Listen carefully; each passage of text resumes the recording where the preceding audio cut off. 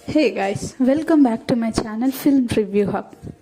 DC movie review.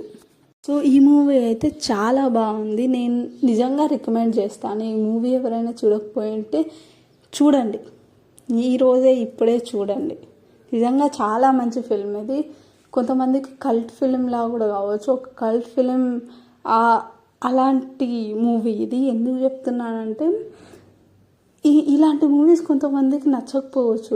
ఎలా blood కానీ, love stories కానీ, చాలా రస్టిక్ ఫిల్మ్స్ కానీ ఇలా ఉండేటి కొంతమందికి నచ్చకపోవచ్చు. కానీ నచ్చిన వాళ్ళు నిజంగా go watch this film, worth watching this film.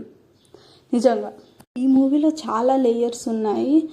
ఎలా అంటే 2 లవ్ స్టోరీస్ ఉంటాయి. ఫాదర్ అండ్ సన్ మధ్యలో స్టోరీ ఉంటుంది. ఒక పర్సన్కి అంటే ఒక అబ్బాయికి ఎడ్యుకేషన్ ప్రొవైడ్ చేశారో దాని గురించి ఉంది.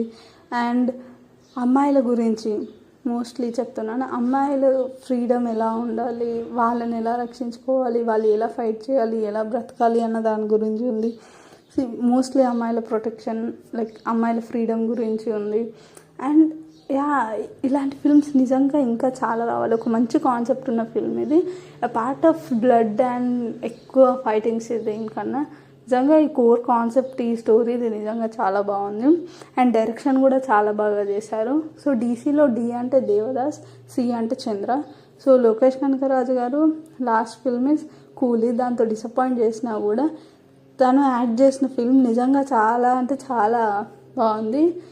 థియేటర్లో చూస్తుంటే ఆ ఎక్స్పీరియన్స్ నిజంగా చాలా బాగుంటుంది.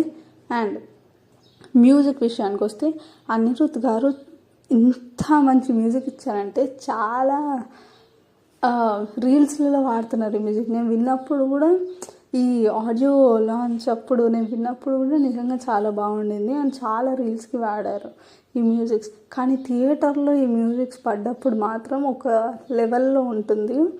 ఆ రేంజ్, ఆ ఎనర్జీ, అది అప్పుడున్న హైపు ఊపు వేరే ఉంటుంది. అలా ఉంటుంది.